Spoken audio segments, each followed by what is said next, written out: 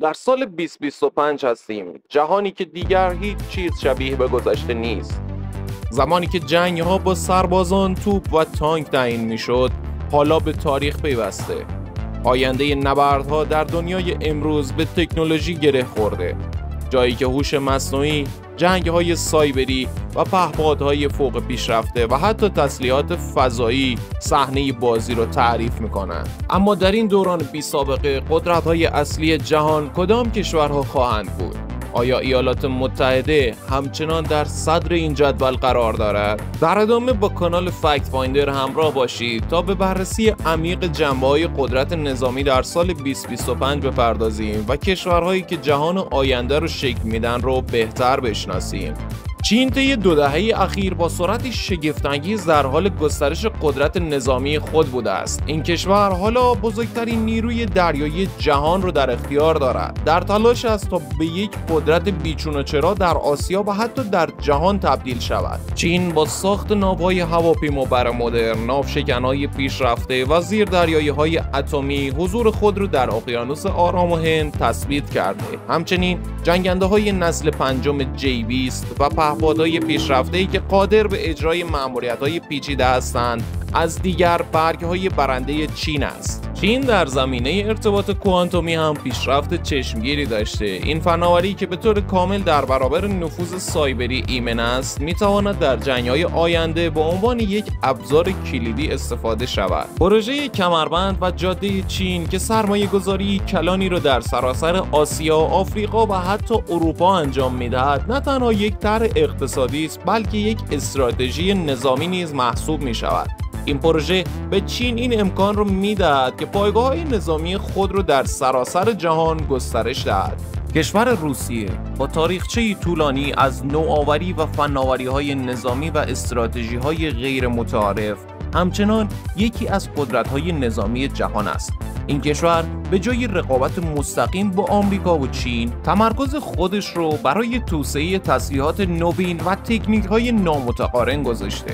موشک‌های مافوق صوت، تسلیحاتی مانند آوانگارد و کینژال قادرند با سرعتی بیش از 20 ماخ حرکت کنند و از سیستم دفاع موشکی عبور کنند. این موشک‌ها به روسیه یک برتری بی‌نظیر در نبردهای احتمالی را دادند.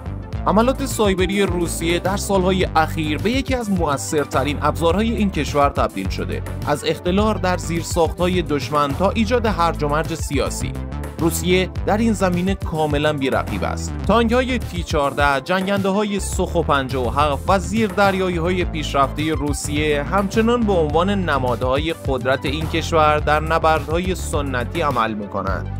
ارتش هند با جمعیتی عظیم، پهپادهای بومی و برنامه فضایی پیشرفته در حال تبدیل شدن به یک قدرت کلیدی است.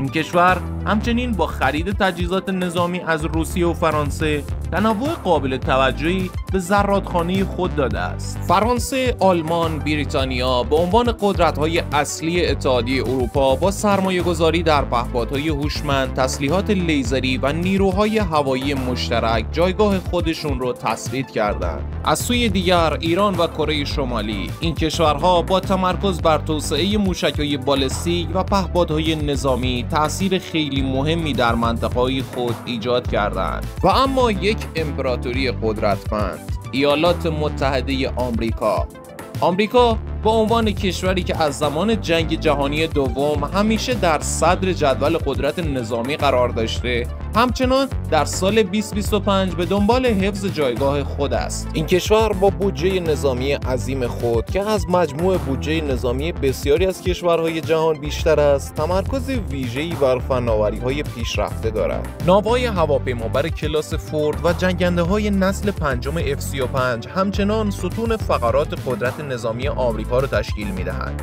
این تجهیزات به همراه بمب‌افکن‌های استراتژیک B-21 ریدر امکان عملیات در هر نقطه‌ای از جهان را فراهم می‌کنند. آمریکا به شدت روی سلاح‌های لیزری و سیستم‌های دفاعی پیشرفته سرمایه‌گذاری کرده است. تسلیحات لیزری نه تنها در نبردهای زمینی و هوایی، بلکه در مقابله با پهپادها و موشک‌های بالستیک نیز کارآمد هستند. نیروی فضایی آمریکا یکی از شاخه‌های جدید ارتش این کشور است که به سرعت در حال توسعه هستند. دارند. این نیرو نه تنها بر ایجاد سپر دفاعی فضایی تمرکز دارد، بلکه به طراحی تسلیحاتی می‌پردازد که قادرند ماهواره‌های دشمن را هدف قرار دهند و فضا را به میدان نبرد جنگ جدید تبدیل کنند. آمریکا در جنگ‌های سایبری نیز بی‌رقیب است. توانایی نفوذ به سیستم‌های دشمن و استفاده از اطلاعات در زمان مناسب این کشور را به یک قدرت بی‌همتا در نبردهای سایبری تبدیل کرده.